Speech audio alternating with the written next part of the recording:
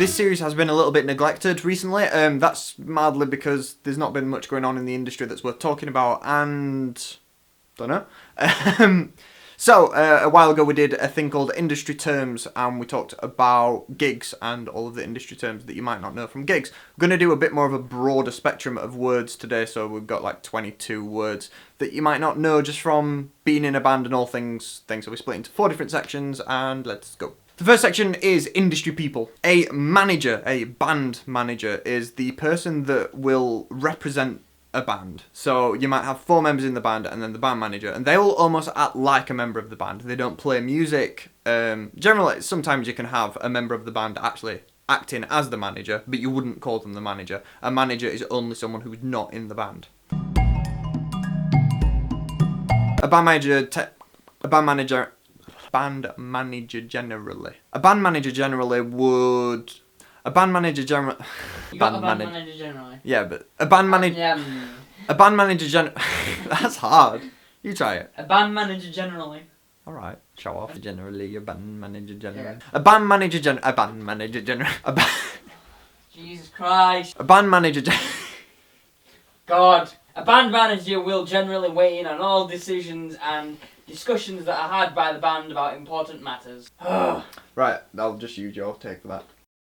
A record label, you should know. So a record label would be they sign a band and then release music with them, and they then own the music and stuff.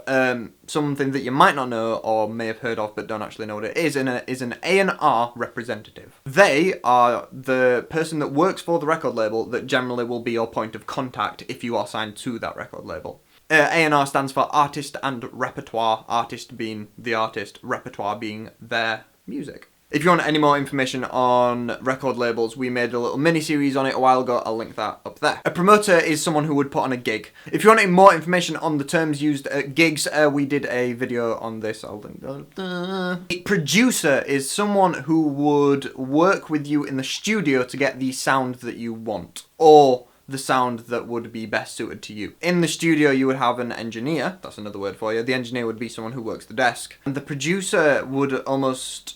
So the engineer's doing all the technical stuff that you don't really need to know about. A producer would advise maybe on what you're playing, on the sound of which maybe coming out of your amp, on maybe even taking out instruments. So they will almost like, for while you're in the studio, a producer will almost be like an extra band member. Not that they're playing anything, just that they're weighing in on all decisions. So if you don't want a producer, then just hire out a studio without a producer. But you can hire a producer, and generally they will come in and make your stuff sound better because they know what they're on about. A distributor is not actually a person, it's a company that will take your music and distribute it. Generally, this is now just digital. Back in the past, distributors would have been physical, like sending it to maybe HMV, WH Smiths, all that kind of stuff. But nowadays, a distributor just sends to online stores. So you can get in touch with the distributor and they will send your music to iTunes, Spotify. The distributor that we use at the record label claims to send to like 360 different stores.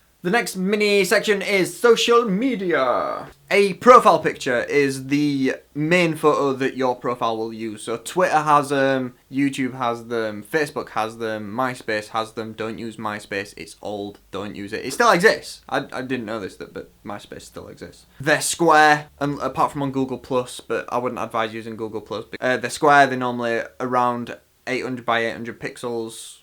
Make it bigger if you need, because generally you'd want to make it bigger. A cover photo is normally the secondary photo to your profile picture. So on a profile, so actually when you click on someone's profile, the cover photo will be at the top. It'll be like a banner at the top. So Twitter has them, Facebook has them, YouTube has them. They're all different file sizes. They're all completely different pixel widths. Some are wider, YouTube's is super wide, but they want you to upload a TV size. It's ridiculous.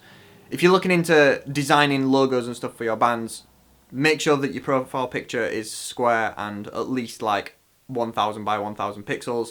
And for cover photos, make a different cover photo for each social media site because they require different sizes. Reach. You might have heard people say, what reach are you getting? Reach is how many people are seeing the things that you're posting. So each individual post, a video, the reach is how many views you've got. really. I mean, you could say that reach is supposed to be how many people see it, not how many people click on it. But on YouTube, you can only track views, so it doesn't really matter. Facebook, you can check the reach if you're signed into that page. And on Twitter, you can check the reach if it's a business Twitter. I don't know, Twitter's a weird one because the account that I'm running for my band is technically a business account. I've got no idea how I made it a business account, but they keep sending me emails saying, hey, you should do some advertisements for your business. I don't get that for like the Music Lab Twitter.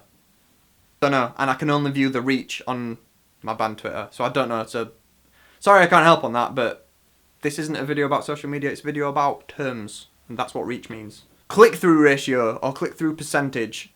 If you've posted a link, the click-through percentage or click-through ratio will be the amount of people that have actually clicked on that link out of the total amount of people that have seen the link. Generally, say for a card on YouTube, you'd normally get like between 3 and 5% of people that have actually seen the card have actually clicked on the card. That's the normal ratio for that. Every type of thing has a different click-through ratio, and you can probably find the average one online and then compare your click-through ratio with that. On Facebook, in the analytics, you can view your click-through ratio for certain links. If it feels like I'm rushing, I am. As battery's dying and the card's getting full. Demographic is the assortment of people that are viewing your thing. If we checked out our demographic for Music Lab, we've got like 80% male to female, 50% American to the rest of the world, that kind of stuff. A demographic is the amount of the type of people, the type of people that are viewing your thing. Again, on Facebook, you can check your demographics for the reach. So the reach has a demographic, if that makes sense. Target audience would be the ideal demographic. So if you want to get in touch with 16-year-olds from America, that would be our target audience. It might not be a demographic because you might be reaching different people. Next section is promotion. So the promotion of your music. PR just means public relations. So anything regarding PR is just regarding your stuff, how that is portrayed to the public. It's really as broad as that.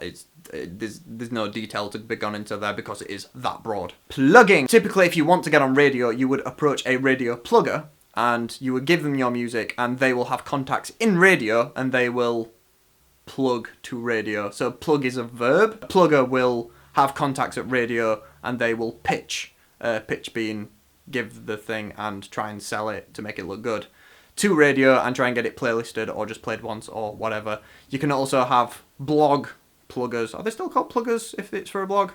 Yeah. So you can have blog pluggers and they do the same thing as radio, except they'll plug to try and get reviews or just showcases on a blog. An EPK would be, it stands for electronic press kit. So press kits used to exist where you'd have like a folder that maybe has like a sheet of paper that's a mini biography about your band. It might have some CDs, some photos, and you'd send that to a newspaper. An electronic press kit is the same, except rather than have a sheet of paper, you've got like a little press release online, and you can send that along with photos and music, and that would be your press kit, your EPK, which you would send to maybe radios, blogs, that kind of stuff, or you can send it to a plugger and let them deal with it. That being said, press shots. A press shot is a photo of your band that the press can use. So, for example, when NME post an article, they will post that article on Facebook with the link, and in the link there'll be like a photo that's the thing. That will be the band's press release photo. Yeah, press shot. That will be the band's press shot that's in that little thing. So with each release, a band will change what press shots they're using. A promo copy is a CD or even actual digital version of your music that you would send to people who are going to promote your music. So for radio, for blogs, for newspapers, if you want a review or you want airplay or anything, you will send them a promo copy. It happened a hell of a lot more in the past before the digital era where you'd send them like a copy of a CD or whatever, and it would probably have promo copy written on it, so it's not for retail, so you can't sell it on because you'd print that on it. Nowadays, obviously, if you just send it over with the EPK, just the files, technically that's a promo copy, but typically it happened more often with CDs. The final section of this video is file types. So you might come into contact with people asking for something in a certain file type. So we're going to cover the general gist of what file types there are. The first two are image file types. So we have .jpeg, which is JPEG, which is it's the most common picture file type. It only stores colours, which I'll get to why that's important in a second. It only stores colours. The file size is pretty good. Use that if that's all you need. If you just need a photo, save as a JPEG. It's probably worth saying that even Paint, like Photoshop Paint, that the good thing that's like Paint, it's called like Paint.net, I think. That's like an in-between of Paint and Photoshop, and it's free. All of those will save as JPEGs. The other photo file type that you'll come into contact with is a .png. A .png is very similar to a JPEG. It stores colours, but it also stores transparency, which means if you have your logo, say it's a black font, and you want it to have a transparent background because you want to be able to drag it onto a Word document and drag it on top of another image and it be see-through and not have a white box around. A lot of bands do this where they just constantly have this white box around their logo because they don't know what a PNG is. So if in, say, Photoshop, you've got just the text and no background, so it's got that little like checker box thing, if you save it as a .png, the file itself will contain that transparency. If you save the same thing as a .jpeg, it will put white in there just because it doesn't know what else to put in. So if you're ever saving out logos or anything that need transparency in, save as a .png. The next two are the two most common audio types. So you've got .mp3, which is a low file size, low quality audio file. So MP3 is generally what is streamed over the internet because it's a low file size. The only thing with it being low file size is that you are sacrificing audio quality. So if you get an MP3 that's like super low quality, they measured in like kilobytes per second. So if you go down to like say 2 kilobytes per second, MP3, it's just going to be like unlistenable.